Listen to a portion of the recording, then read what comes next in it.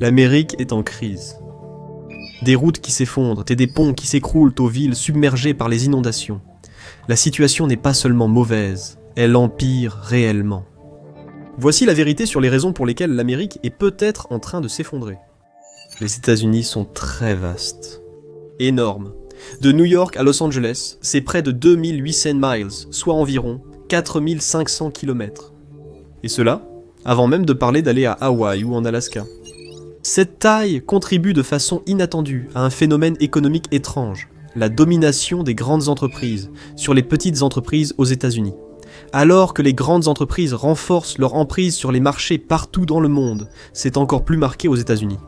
Les petites entreprises font face à d'énormes obstacles, allant de la gestion de 50 ensembles différents de lois et de taxes, selon les États, à la gestion des fuseaux horaires et des vastes distances géographiques. S'étendre nationalement nécessite un soutien juridique et comptable onéreux. En plus, il y a des frais logistiques plus élevés, des défis que les grandes entreprises peuvent facilement absorber. Selon McKinsey, ce déséquilibre est moindre dans les pays à petite empreinte géographique, où créer une entreprise est moins complexe. La taille du pays pose également un problème lorsqu'il s'agit de créer des réseaux de transport public, en particulier des lignes ferroviaires efficaces à travers le pays, ce que, comme vous le remarquerez, les États-Unis n'ont pas vraiment développé, du moins pour les personnes. Cela n'aide pas que la plupart des grands centres de population se trouvent sur la côte, avec près de 3000 miles, soit 4800 km de terre entre eux. C'est à peu près la distance entre Londres et Beyrouth, au Liban. Cela conduit à une nette préférence pour le transport aérien, tandis que les transports publics terrestres souffrent d'un grave sous-investissement.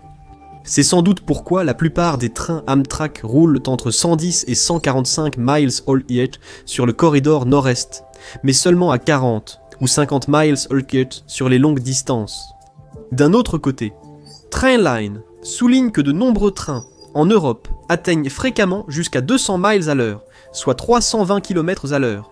Donc, si vous préférez prendre l'avion, on comprend, mais attachez votre ceinture, car si vous pensiez que les trains étaient mauvais, attendez d'entendre ceci.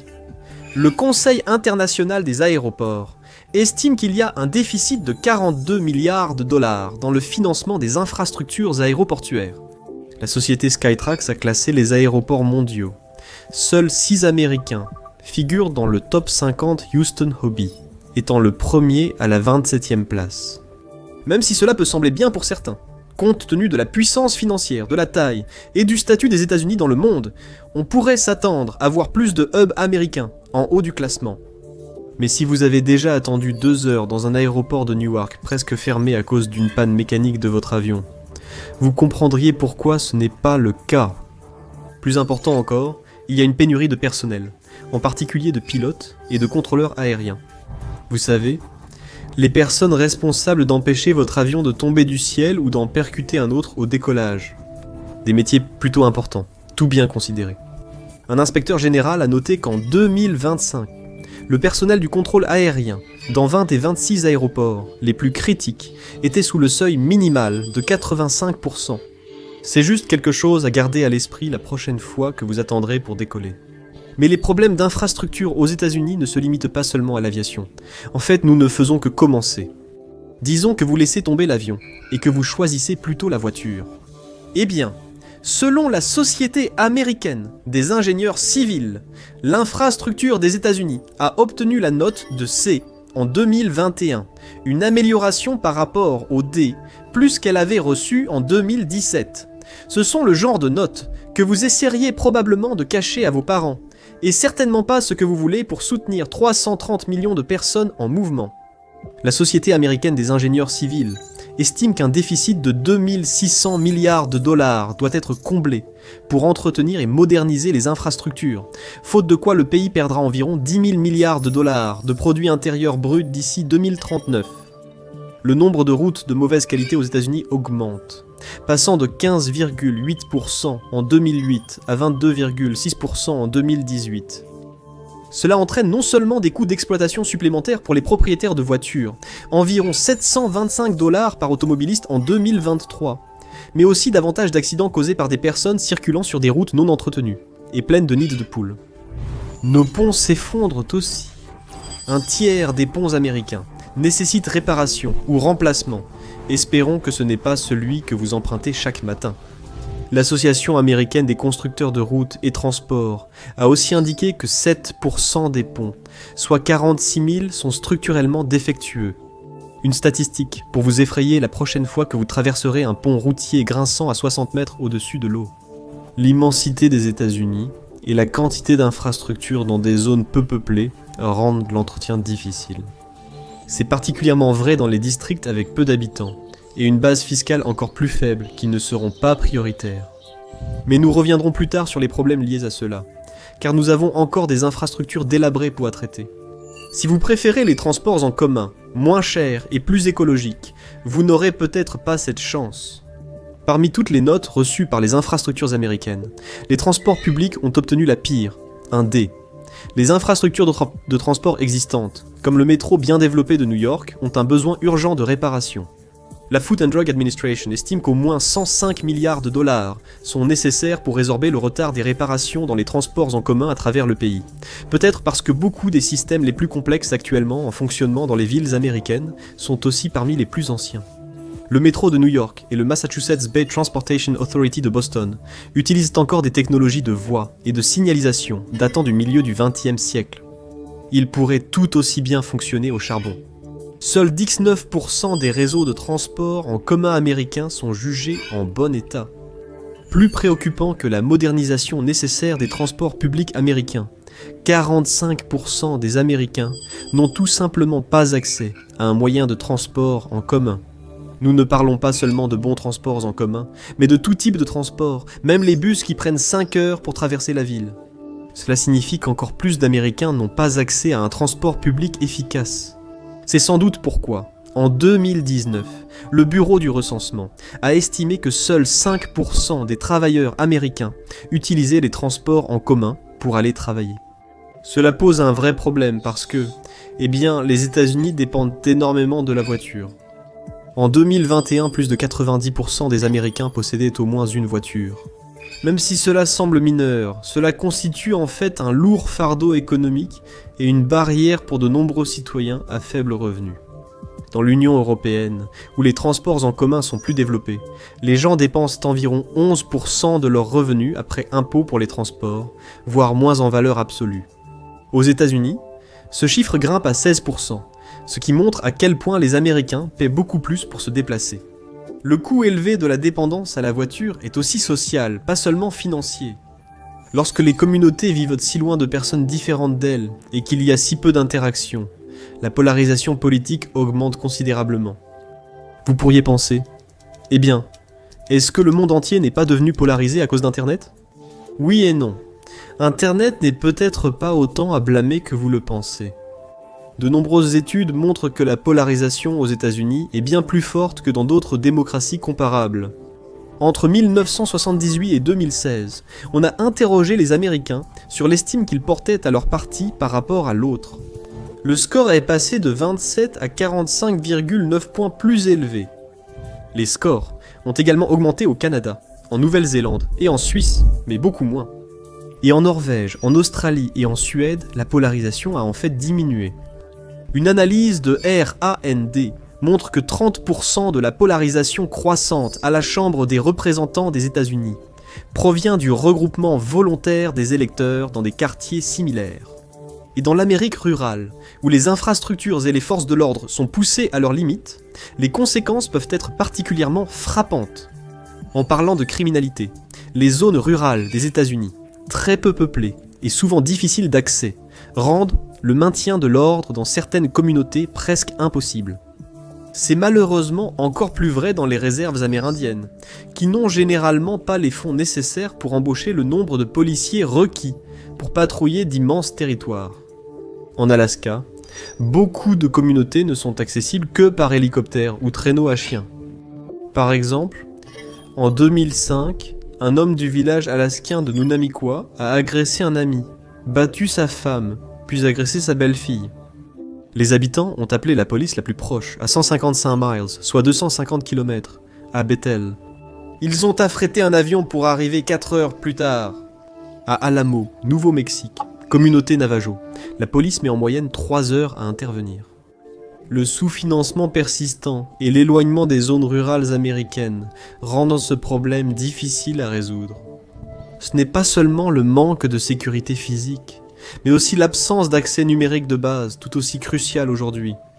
La nature extrêmement dispersée de la vie rurale aux États-Unis, associée au manque relatif d'investissement dans les infrastructures, a également conduit à une fracture persistante dans l'un des services les plus importants du monde moderne, l'Internet. Depuis 2015, la Federal Communications Commission définit l'Internet haut débit comme une connexion garantissant au moins 25 mégabits par seconde en téléchargement et au moins 3 mégabits par seconde en envoi. L'année suivante, la Federal Communications Commission a constaté que, tandis que 4% des personnes vivant en zone urbaine n'avaient pas accès à un haut débit répondant à ces normes de base, 39% des zones rurales manquaient du même accès fiable à l'Internet haut débit. Ce qui aggrave encore le problème. Les habitants des zones rurales éloignées des banques, magasins et administrations profiteraient le plus d'un accès Internet fiable pour commander, accéder à des services et effectuer des démarches en ligne. Pourtant, ce sont souvent eux qui ont le moins accès. En 2021, la Federal Communications Commission a estimé que 14 millions d'Américains, surtout en zone rurale, n'ont pas accès au haut débit. Et l'estimation de la Federal Communications Commission était plutôt basse. D'autres rapports indiquent qu'un nombre presque 3 fois plus élevé n'a pas accès à un Internet fiable. La technologie moderne n'atteint pas toutes les communautés, tandis que d'anciens systèmes de discrimination freinent encore certaines personnes. Dès les années 1930, le redlining désignait les quartiers résidentiels noirs et d'autres minorités comme zones dangereuses. Cela visait à leur refuser prêts hypothécaires et assurances, empêchant les résidents d'accéder à la propriété et de constituer un patrimoine. Cela a aussi provoqué un désinvestissement dans ces communautés et maintenu les travailleurs à faible revenu, surtout noirs, séparés de la classe moyenne et des riches. Malheureusement, les effets du redlining persistent aujourd'hui, entraînant des inégalités géographiques et économiques. Un projet de la Harvard Kennedy School a révélé que 74% des quartiers considérés comme dangereux dans les années 1930 sont encore aujourd'hui à faible ou moyen revenu. Pendant ce temps, 92% des meilleurs quartiers sont de revenus moyens à élevés. Pire encore, 64% des quartiers dangereux sont encore majoritairement composés de minorités, tandis que 91% des meilleurs quartiers sont majoritairement blancs. Cette inégalité géographique ne s'arrête pas au logement. Elle s'étend aussi à ce que les gens sont obligés de dépenser rien que pour aller au travail, à l'école ou à l'épicerie. Les frais de transport varient selon les personnes. Dans l'Union européenne, consacrer plus de revenus au transport est souvent lié à un revenu initialement élevé, à l'achat de voitures plus chères, etc. Aux États-Unis, c'est l'inverse. En 2022, les ménages à faible revenu du pays consacreront environ 30% de leurs revenus après impôt au transport. C'est parce qu'ils n'ont souvent pas d'autre choix que d'acheter une voiture et de payer l'essence et l'assurance qu'ils peuvent à peine se permettre de toute façon. Tout cela parce qu'ils n'ont pas accès aux transports en commun. Cela complique aussi la constitution d'un patrimoine ou la stabilité financière des travailleurs à faible revenu. Cela entraîne aussi d'autres problèmes. Par exemple, en 2023, les États-Unis étaient le deuxième plus grand pollueur par habitant après la Russie, avec un total de 18 tonnes métriques d'émissions de dioxyde de carbone par habitant. Et les émissions de gaz à effet de serre provenant des transports représentent 28% du total des émissions de gaz à effet de serre des États-Unis. Pendant ce temps, les véhicules pesant moteur représentaient 83% de ce total. A l'inverse, au Japon, un pays doté de réseaux de transport public bien développés, les émissions par habitant sont beaucoup plus faibles. 7,59 tonnes métriques, dont seulement 19% concernent les transports. Malheureusement, sans une refonte massive des infrastructures de base du pays, la dépendance des États-Unis à la voiture va continuer, aggravant le problème du smog et de la pollution dans le pays. Sans parler des embouteillages. Les embouteillages aux États-Unis sont horribles. Une étude de 2018 de la société INRIX a montré que les embouteillages ont coûté 87 milliards de dollars à l'économie américaine cette année-là. Sans parler de l'impact sur votre santé mentale quand quelqu'un devant vous, absorbé par son téléphone, vous fait rater le feu vert. Mais les embouteillages sont compréhensibles dans un pays où vous devez littéralement prendre votre voiture pour tout faire. Un trajet jusqu'au supermarché, à la pharmacie, à une aire de jeu, à l'école du quartier et à votre bureau. Tout cela fait qu'il y a beaucoup de voitures sur la route en permanence. En 2019 aux États-Unis, le trajet moyen était de 27,6 minutes par sens. En 2022, selon l'enquête American Automobile Association American Driving Survey, les conducteurs ont fait en moyenne 2,4 trajets par jour et passé 60,2 minutes au volant quotidiennement. D'après INRIC, sur ces heures de conduite, 43 étaient causées par les embouteillages. Cela équivaut à une semaine de travail ou un week-end entier chaque année. Ce n'est pas uniquement le manque de transport en commun qui rend les États-Unis dépendants de la voiture. Tout le pays est construit autour de la voiture. Il n'y a pratiquement aucune ville où l'on peut marcher aux États-Unis, ce qui rend non seulement la voiture obligatoire, mais nous tue aussi lentement, socialement. Vous verrez pourquoi bientôt. Et physiquement. Une étude de Nature, en 2024, montre qu'aucune ville américaine ne figure parmi les 50 villes les plus praticables à pied au monde. La plupart des villes étaient en Europe et en Asie. Et même la célèbre ville piétonne de New York a été exclue parce que, même si Manhattan est praticable à pied, ce n'est pas vraiment le cas des autres quartiers. Il n'est pas surprenant qu'une étude Green Deck de National Geographic ait montré que, sur 17 pays riches, les États-Unis sont ceux où l'on marche le moins. Une étude sur la durabilité a montré que seuls 12% des déplacements aux États-Unis se font à pied, surtout à cause de l'infrastructure piétonne médiocre et de la conception urbaine. C'est la moitié du taux de marche de pays comme la Finlande, l'Allemagne, la France et le Royaume-Uni. Ce n'est pas idéal pour un pays confronté à des taux croissants d'obésité, à un faible niveau d'activité physique et, comme le souligne l'American Journal of Medicine, qui perd au moins 24 milliards de dollars par an en dépenses de santé supplémentaires à cause de l'inactivité physique. Un autre problème du manque de possibilités de marché est son impact sur les petites entreprises. Si tout n'est accessible qu'en voiture, beaucoup préfèrent conduire 20 minutes jusqu'à un grand magasin comme Walmart ou Kroger, offrant plus de choix plutôt que marcher 5 minutes jusqu'à l'épicerie du coin. C'est extrêmement répandu dans les zones rurales, où les grandes chaînes ont complètement éliminé les commerces locaux, dans de nombreuses communautés. L'université du Wisconsin-Madison a constaté que les petits commerces ne rivalisent pas avec les chaînes pour la publicité, mais réussissent mieux s'ils sont sur une rue très fréquentée. De plus, les piétons et les cyclistes consomment plus que les automobilistes sur un mois, et les quartiers conçus pour la marche ont généralement des écoles mieux financées, du type que seules les familles plus aisées peuvent habituellement fréquenter. Aux États-Unis, contrairement à de nombreux pays riches, votre lieu de naissance influence bien plus la qualité de l'éducation, l'accès aux soins et les opportunités économiques. Le financement des écoles dépend beaucoup de la géographie aux États-Unis, car les fonds pour l'éducation publique proviennent souvent des taxes foncières. Cela signifie que les zones plus riches peuvent investir beaucoup plus dans leurs écoles et leurs enfants que les zones pauvres. Cela crée l'une des pires inégalités en matière de financement scolaire et de résultats éducatifs dans les pays développés. C'est sans doute pourquoi, selon le New York Times, les élèves des districts les plus riches ont souvent 4 ans d'avance sur ceux des plus pauvres. C'est un écart très difficile à combler plus tard dans la vie. Les États-Unis semblent à l'aise avec le fait que tout le monde doit posséder une voiture, principalement parce que cela leur permet de maintenir leur investissement dans les infrastructures de transport au faible pourcentage actuel. Même avec toutes les réparations dont tout semble avoir besoin aux États-Unis, les États-Unis investissent moins dans les infrastructures de transport que la plupart des autres pays riches en pourcentage du produit intérieur brut. La France, l'Allemagne, le Royaume-Uni et le Japon avancent tous, avec la Chine qui arrive en tête. Par rapport à la moyenne américaine de 0,5% d'investissement annuel, le Royaume-Uni investit 0,9%, le Japon 1,1% et la Chine 4,8% de leur produit intérieur brut dans les infrastructures de transport. On peut imaginer qu'en 2030, la moitié des Chinois voyageront en train aérien électrique avec de tels investissements. Les routes en mauvais état ne sont pas la seule préoccupation. Le réseau énergétique vieillissant de l'Amérique risque de s'effondrer, ce qui concerne tous. Les réseaux énergétiques américains sont très surchargés, et leur qualité varie fortement selon les États, en raison de la structure politique du pays. Cela peut expliquer pourquoi le réseau américain subit plus de coupures de courant que tout autre pays développé. Selon le département de l'énergie, 70% des lignes de transmission ont plus de 25 ans.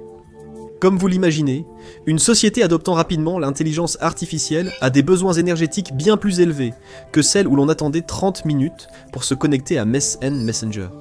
Le manque de mise à jour pose vraiment problème. Les conditions météorologiques extrêmes, telles les incendies en Californie ou la tempête de neige au Texas en 2021, peuvent provoquer des coupures de courant prolongées, privant les habitants d'électricité, de chauffage et de communication. Ces coupures de courant coûtent chaque année 150 milliards de dollars aux entreprises américaines, en plus des perturbations et parfois même des risques directs pour les habitants. Et la géographie particulière des États-Unis, ainsi que leur taille immense, en particulier la quantité de pouvoir délégué aux États, expliquent également ce manque d'investissement stupéfiant. La plupart des pays prennent en charge les infrastructures de transport au niveau national. Cependant, les États-Unis laissent la majeure partie de leurs dépenses en infrastructures au gouvernement des États et aux municipalités locales. En 2020, moins de la moitié de ces investissements venaient du gouvernement fédéral. Beaucoup de petits gouvernements locaux n'ont pas les moyens d'investir dans de grands réseaux de transport qui exigent souvent la coopération entre municipalités et États. Les zones rurales et urbaines pauvres, qui profiteraient le plus d'un transport public abordable, ne peuvent guère contribuer fiscalement, rendant leur gouvernement peu apte à financer ces infrastructures. Cela crée un cercle vicieux sans fin, dans lequel les zones pauvres restent pauvres parce qu'elles n'ont pas assez d'argent pour surmonter les obstacles nécessaires pour sortir de la pauvreté. Mais les problèmes des villes américaines vont plus loin. L'étalement urbain aux États-Unis, soit l'expansion incontrôlée des villes vers les terres rurales voisines, est stupéfiant. Cela entraîne de nombreux problèmes, que nous allons aborder, mais le premier est d'ordre environnemental. Et cela ne fera qu'empirer à mesure que les villes américaines s'étendent rapidement.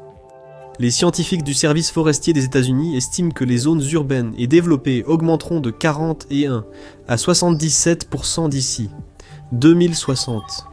Cela entraînera une perte de 16 à 34 millions d'acres de forêt dans les 48 États contigus. C'est une mauvaise nouvelle pour tous, aux États-Unis qui veulent respirer de l'air pur et bénéficier d'un puits de carbone pour le climat. L'étalement urbain accroît aussi les coûts des infrastructures, et donc les impôts. Fournir eau et énergie à un quartier compact et accessible à pied coûte moins cher et est plus efficace qu'étendre ses services à des banlieues tentaculaires où maisons éloignées exigent des kilomètres supplémentaires de tuyaux et câbles. Selon la nouvelle économie climatique, cette infrastructure implique des coûts de construction, d'entretien et d'exploitation supérieurs de 10 à 40%. L'étalement urbain coûte chaque année $1 billion de plus aux États-Unis, et les habitants des zones étalées supportent en moyenne 625 milliards de dollars de coûts supplémentaires. Pendant ce temps, tous les résidents et entreprises du pays perdent finalement 400 milliards de dollars de plus pour subventionner les communautés dispersées. Comme vous l'imaginez, le coût supplémentaire de cet étalement submerge les municipalités locales.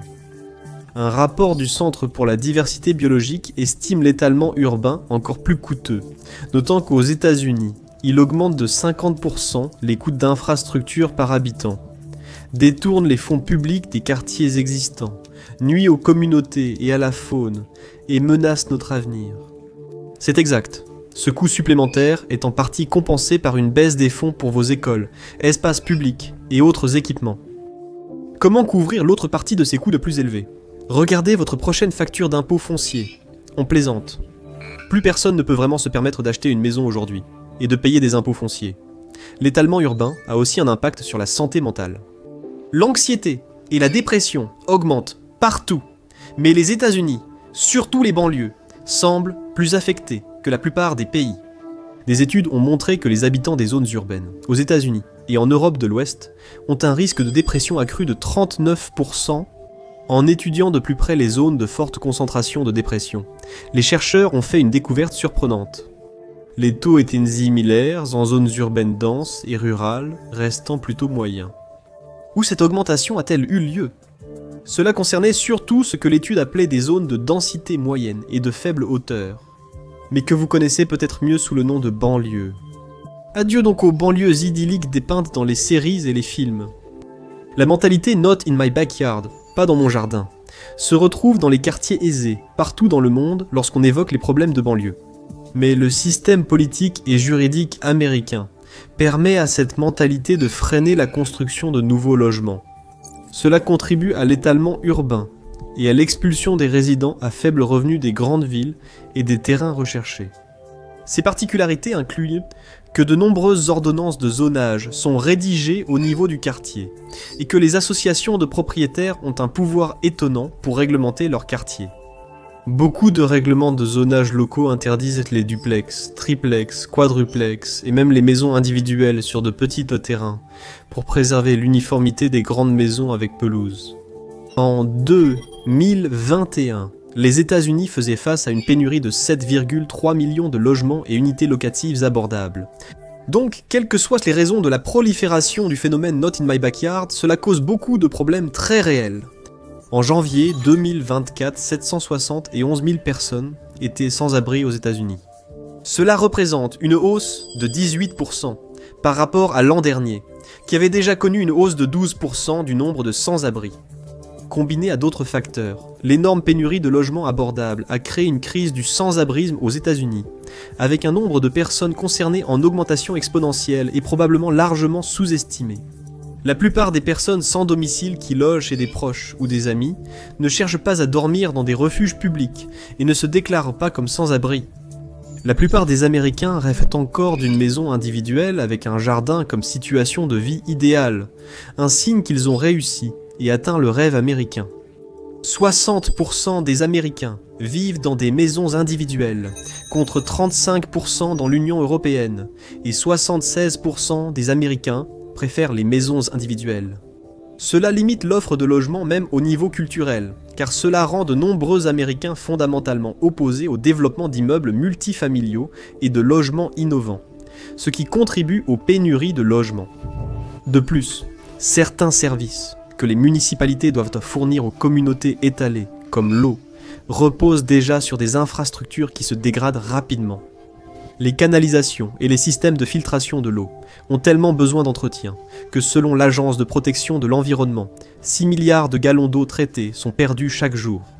C'est presque 10 fois le volume d'eau qui pourrait tenir dans la pyramide de Gizeh. Les États-Unis devraient investir 45 à 60 milliards de dollars pour remplacer et entretenir plus de 2 millions de miles de canalisation souterraine, ce qui signifie que votre écho provient peut-être de tuyaux datant de l'époque du jazz, peu susceptibles d'être modernisés prochainement. Alors, bon fuite. Certains endroits aux États-Unis, comme Phoenix et Las Vegas, ont un besoin crucial d'eau. D'un point de vue écologique, ces villes ne devraient ni pas exister, car le désert n'est pas fait pour accueillir des millions d'habitants si proches. Pourtant, ces deux villes connaissent actuellement la plus forte croissance aux États-Unis, Phoenix étant désormais la 5e plus grande du pays en population. Le problème, c'est que les habitants épuisent les ressources en eau douce et les réserves limitées d'eau souterraine, que les scientifiques soulignent, ne se rechargeront pas à l'échelle humaine une fois qu'elles seront épuisées. C'est une façon polie de dire que, une fois que vous avez épuisé l'eau à Phoenix, vous n'en aurez plus avant de mourir. Et c'est peut-être aussi la raison pour laquelle Phoenix a annulé de nouveaux projets de logement, en périphérie de la zone métropolitaine à la mi-2023, invoquant un manque d'eau pour les soutenir. Les gens continuent d'affluer à Las Vegas et à Phoenix, en partie parce que l'immobilier y est d'eau relativement abordable comparé aux villes côtières. Bien sûr, si l'immobilier est relativement abordable, c'est parce que la plupart des gens, au fil de l'histoire, ont pris la décision parfaitement logique de ne pas vouloir vivre au milieu d'un désert, un endroit où les températures estivales dépassent fréquemment les 38 degrés Celsius. La crise du coût de la vie a depuis longtemps supplanté les décisions raisonnables. Ce problème s'aggrave, car parmi les 5 États à la croissance la plus rapide, Floride, Texas, Utah, Caroline du Sud et Nevada, figurent 2 zones très exposées au changement climatique, la Floride et la Caroline du Sud. Le Texas suit de près au 7e rang des risques. La Californie, l'Arizona et le Nevada sont en conflit, une guerre de l'eau. Mais pas celle où ils courent en s'amusant en se tirant dessus avec des pistolets à eau. C'est littéralement une lutte pour savoir qui aura accès à plus de ressources en eau, et donc qui pourra soutenir une plus grande partie de sa population et de son agriculture à l'avenir, avant que tout ne s'épuise de toute façon. Les 3 États tirent leur eau du bassin du fleuve Colorado, et aucun des trois n'a vraiment beaucoup d'eau. Mais ils ont beaucoup d'habitants, et dans certains endroits, de l'agriculture. En 2023, ils ont accepté de réduire volontairement leur part du débit du fleuve de 14% pour éviter des coupes plus fortes imposées par le Bureau de l'aménagement du territoire. Ils ont payé les agriculteurs pour laisser leurs terres en jachère quelques années, leur permettant de continuer à toucher de l'argent sans impacter la consommation d'eau des habitants. Mais le problème de la consommation d'eau dans le sud-ouest ne disparaît pas. En 2022, le lac Meade du bassin du Colorado a atteint un niveau d'eau historiquement bas.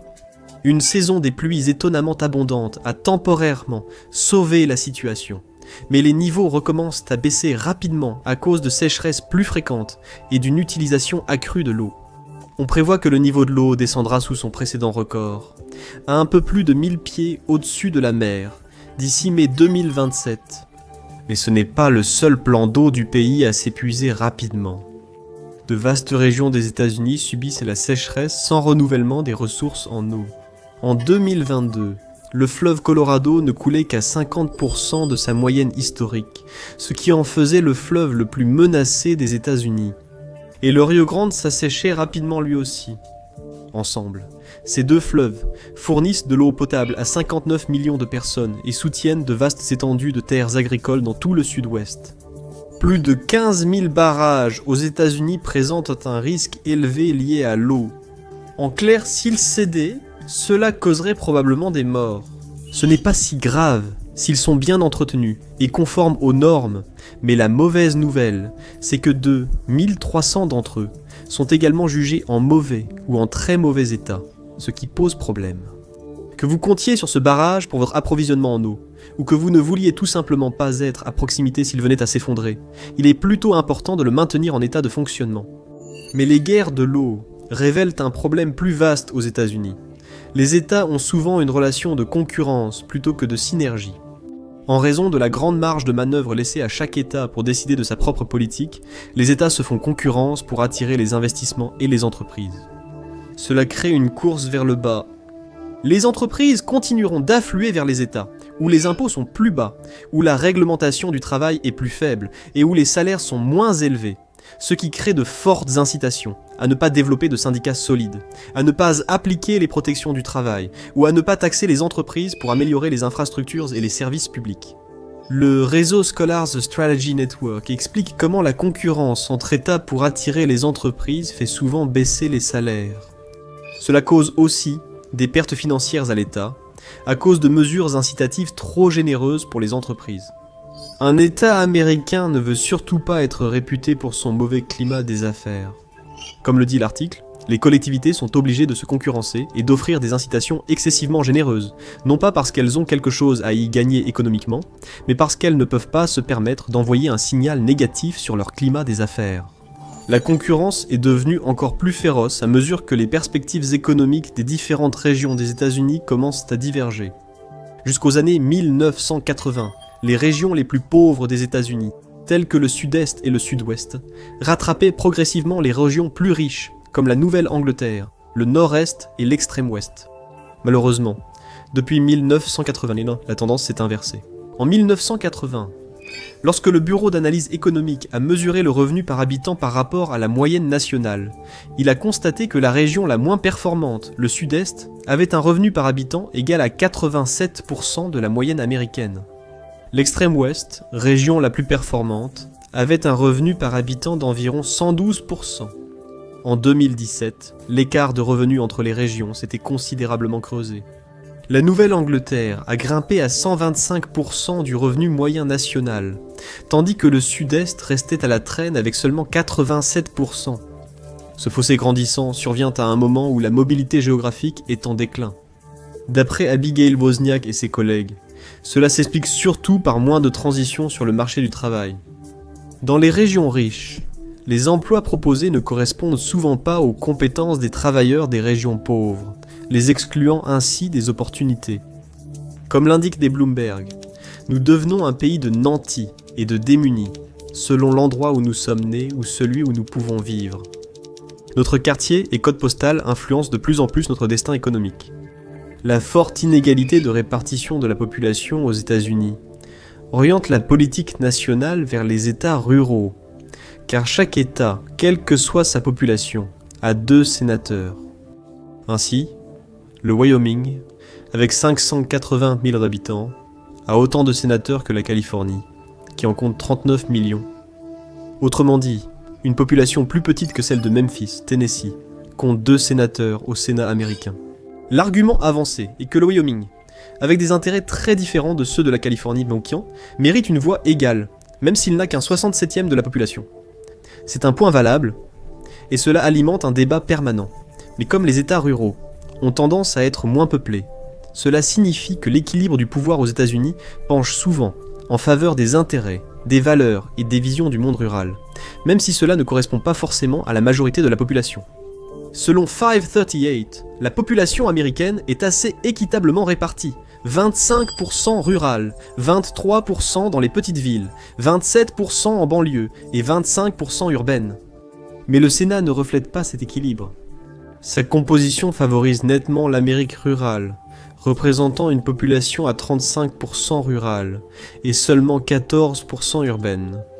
Les politiciens semblent pourtant étrangement négliger une grande partie des infrastructures rurales. Le mauvais état des routes et des transports publics que nous avons mentionnés précédemment n'est qu'un exemple, car c'est bien pire dans les zones rurales. Dans de nombreuses régions du Sud, du Midwest et de l'Ouest, les pauvres et les personnes âgées sont souvent isolés en raison des distances et du manque de transport public. Par exemple, pour un résident moyen aux États-Unis, le supermarché le plus proche était à 1,5 km. Pour un résident urbain moyen, il se trouvait à 0,7 miles. Pour un résident rural moyen, à 3,2 miles. Et cela ne veut pas dire que le supermarché le plus proche aura toujours le meilleur choix, la meilleure qualité, ou tout ce dont vous avez besoin. Donc, la distance jusqu'au 3e supermarché le plus proche pour les résidents ruraux, 6,2 miles. Ce ne sont pas des distances qu'une personne sans voiture peut facilement parcourir à pied, soit un aller-retour de 6,4 miles au mieux, ou qu'une personne trop âgée pour conduire peut atteindre. Parce que les États-Unis sont tellement étendus. Les zones rurales aux États-Unis sont aussi souvent très désavantagées, en ce qui concerne l'accès aux soins de santé. En septembre 2024, l'administration des ressources et services de santé a constaté que 66,33% des zones de pénurie de professionnels de soins primaires aux États-Unis se trouvaient dans les zones rurales. Selon Pew Research Center, 23% des Américains ruraux estiment que l'accès à de bons médecins et hôpitaux pose problème dans leur communauté, à comparer avec 18% des Américains urbains et 9% des Américains de banlieue. Le problème vient en partie de la distance à parcourir pour aller à l'hôpital. Pour un urbain, l'hôpital le plus proche est à un peu plus de 10 minutes en voiture. Pour un habitant rural, c'est 17 minutes. Mais cela ne reflète pas la gamme beaucoup plus large à laquelle les habitants ruraux sont confrontés. Parce que la même enquête a révélé que 25% des habitants ruraux ont plus de 34 minutes de route jusqu'à l'hôpital le plus proche. Lorsqu'une personne fait face à une urgence médicale, comme une crise cardiaque ou un accident vasculaire cérébral, cela peut faire la différence entre la vie et la mort. Ainsi, les élèves riches et pauvres n'interagissent pas à l'école, et de plus en plus, les personnes riches et pauvres n'interagissent plus du tout. La richesse étant souvent liée à la race, il y a donc moins d'interactions entre les origines ethniques. Selon une étude de Mlle Miss et Rowe, de 1970 à 2020, l'inégalité économique aux États-Unis a augmenté de 14%. Simultanément, la ségrégation économique des quartiers a augmenté de 38%. La ségrégation économique sur le lieu de travail a augmenté de 57%. La ségrégation économique dans les écoles a augmenté de 69%. C'est un signe inquiétant pour les futures relations entre familles riches et pauvres, séparées depuis l'enfance. Les riches et les pauvres aux États-Unis vivent, travaillent et étudient littéralement dans des endroits complètement différents. Cette division a entraîné une augmentation massive de l'inégalité géographique générale à travers tout le pays. Le revenu médian des ménages dans les 20% de comtés américains les plus riches est plus de 2 fois supérieur à celui des 20% les plus pauvres. En parallèle, la pauvreté dans les 20% de comtés les plus pauvres est 3 fois plus élevée que dans les 20% les plus riches. Vu tous les facteurs évoqués et le rôle clé de la fiscalité et du financement locaux dans les opportunités, les habitants des comtés les plus pauvres sont fortement désavantagés. Les résidents à faible revenu sont chassés des zones urbaines offrant le plus d'opportunités économiques, de réseaux et d'éducation. Dans les 100 plus grandes métropoles américaines, le nombre de quartiers avec des logements abordables pour les ménages aux revenus médians a chuté de 37% entre 2013 et 2019. Ils ont aussi réduit de moitié pour les ménages à faible revenu. Moins de 10% des codes postaux dans les 100 plus grandes zones métropolitaines restent abordables, souvent ceux avec le moins d'investissement et d'opportunités. Les résidents à faible revenu doivent toujours travailler dans les zones métropolitaines, ce qui se traduit généralement par un éloignement, aggravant l'étalement urbain. Des trajets plus longs, plus de temps perdu et plus d'argent dépensé en transport. Brookings a observé qu'entre 2000 et 2012, le nombre d'emplois accessibles aux résidents d'une grande zone métropolitaine dans leur distance de trajet habituelle a baissé de 7%. Cependant, ce changement a surtout touché les résidents à faible revenu, noirs et hispaniques. Le nombre d'emplois accessibles aux personnes pauvres a diminué de 17%, tandis que le nombre d'emplois accessibles aux résidents hispaniques et noirs a diminué de 17 et 14% respectivement.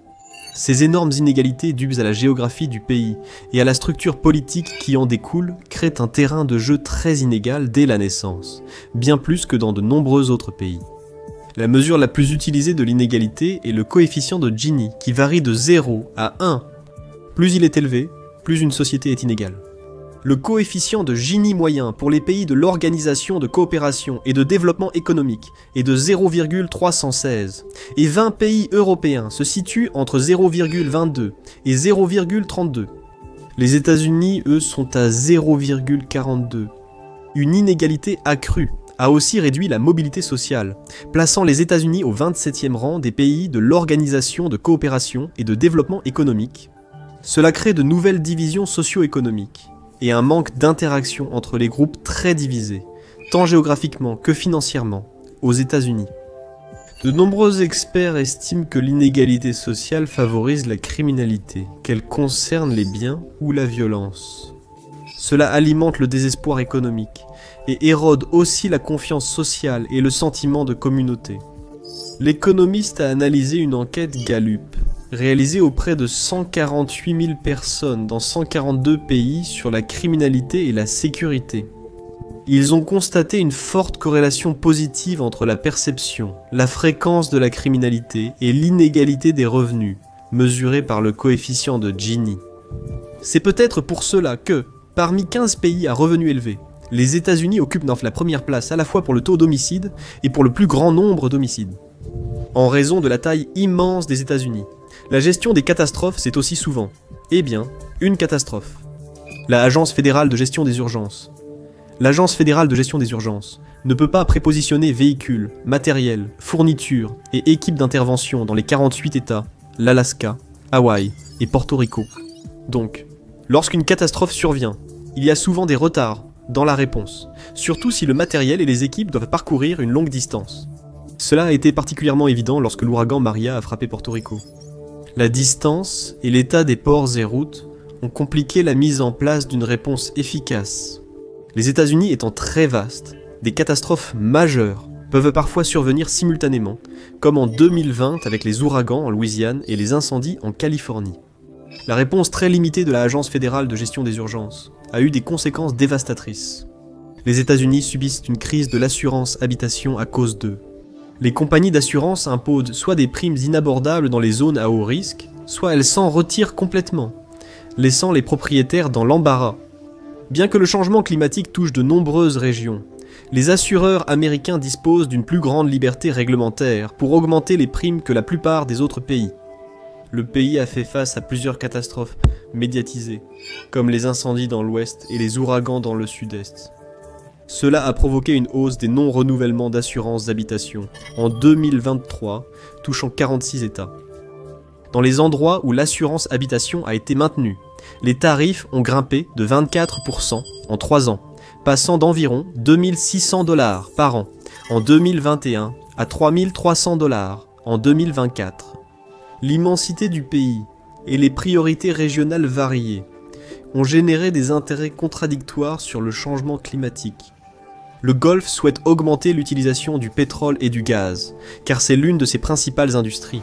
Il produit un tiers du pétrole mondial et 17% du gaz mondial. Les États exposés à de grands risques climatiques, comme la Californie, réclament des objectifs d'émissions plus stricts pour limiter les dégâts.